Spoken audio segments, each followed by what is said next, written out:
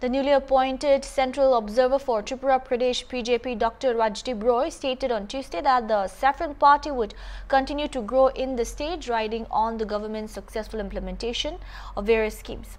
Speaking at the press conference at BJP's office, Roy mentioned that he, along with State BJP President Ranjit Bhattacharya and other party leaders, visited Mata Tripura Sundan Temple in Udaipur and commenced organizational work. Roy also said that in the past, people of Tripura were deprived due to political reasons, which led to a change in government in 2018.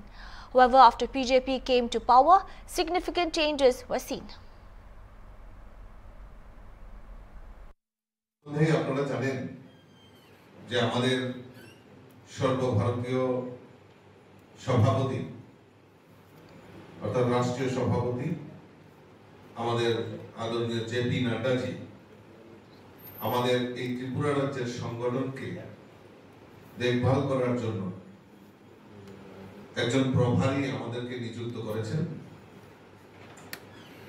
আর আজকে আমাদের এই ত্রিপুরা রাজ্যের সফরে as a প্রভারী হিসেবে প্রথমবার আমাদের মধ্যে উপস্থিত হয়েছেন আমাদের সবার প্রিয় প্রাক্তন এমপি ডক্টর রাজদীপ রায় মহোদয় আমাদের মধ্যে উপস্থিত রয়েছেন। তো উনি মূলত শিলচরের নিবাসী। দীর্ঘদিন ধরে ওনার যে পিতৃদেব দীর্ঘদিন ধরে সেই জনসংঘের আমল থেকে রাজনীতির সঙ্গে জড়িত রয়েছে এবং উনিও বাল্যকাল থেকে স্বয়ংসেবক হিসাবে আরএসএস এর সঙ্গে যুক্ত ছিলেন।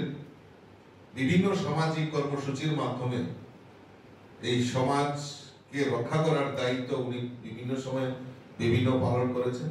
পরবর্তী সময়ে পার্টির বিভিন্ন দায়িত্ব স্পোকস পারসন থেকে শুরু করে আসাম প্রদেশের সাধারণ সম্পাদক থেকে বিভিন্ন দায়িত্ব পালন করেছেন।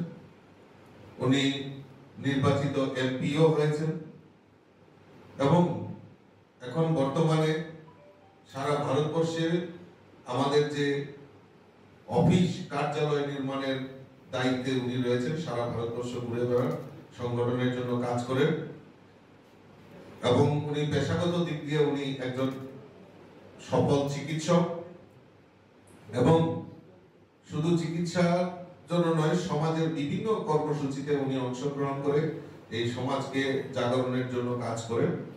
ত্রিপুরা রাজ্যে পরিবর্তন শুরু হয়েছে এবং বিশেষ করে মোদিময় ভারতের অঙ্গীকার হিসাবে ত্রিপুরাকে আমরা নতুন দিকে দেখতে পাচ্ছি। আজকের ভারতবর্ষে অন্য রাজ্য যখন রিপোর্টিং করে তখন আমরা দেখতে পাই ত্রিপুরা রাজ্যে কয়েকটা ডিপার্টমেন্ট, কয়েকটা ফ্ল্যাগশিপ প্রোগ্রাম খুব ভালো করে চলছে।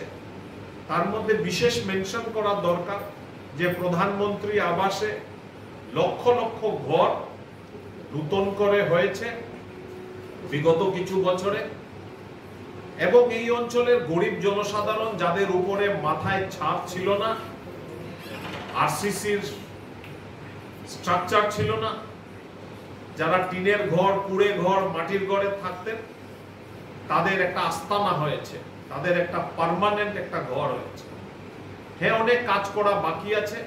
নরেন্দ্র মোদী নির্ণয় নিয়েছেন আগামী 2 বছরের মধ্যে 2026-27-এর মধ্যে যাদের ঘর দেওয়া সম্ভব হয়নি তাদেরকেও ঘর দেওয়া হবে এবং সেই মর্মে 3 নম্বরবার নরেন্দ্র মোদী সরকার গঠন করার প্রথম ক্যাবিনেট মিটিংয়ে আরো 4 কোটি ঘর বানানোর নির্ণয় উনি নিয়েছেন এবং আমি আশা করি সেই 4 কোটি ঘরের একটা বিশাল অংশ আমাদের ত্রিপুরা রাজ্যে গরিব জনসাধারণকে তাদের আস্থানা, পার্মানেন্ট বাড়ি, পার্মানেন্ট ঘর দিতে সক্ষম হবে।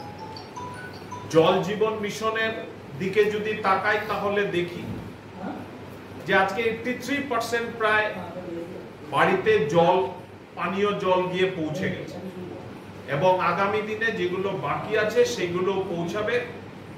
যে এক সময় স্বপ্ন ভারতবর্ষের স্বাধীনতা সংগ্রামীরা করেছিলেন সব ঘরে পানীয় জল, সেই স্বপ্ন ত্রিপুরাতে পূর্ণ হতে যাচ্ছে ভারতীয় জনতা পার্টির হাত ধরে।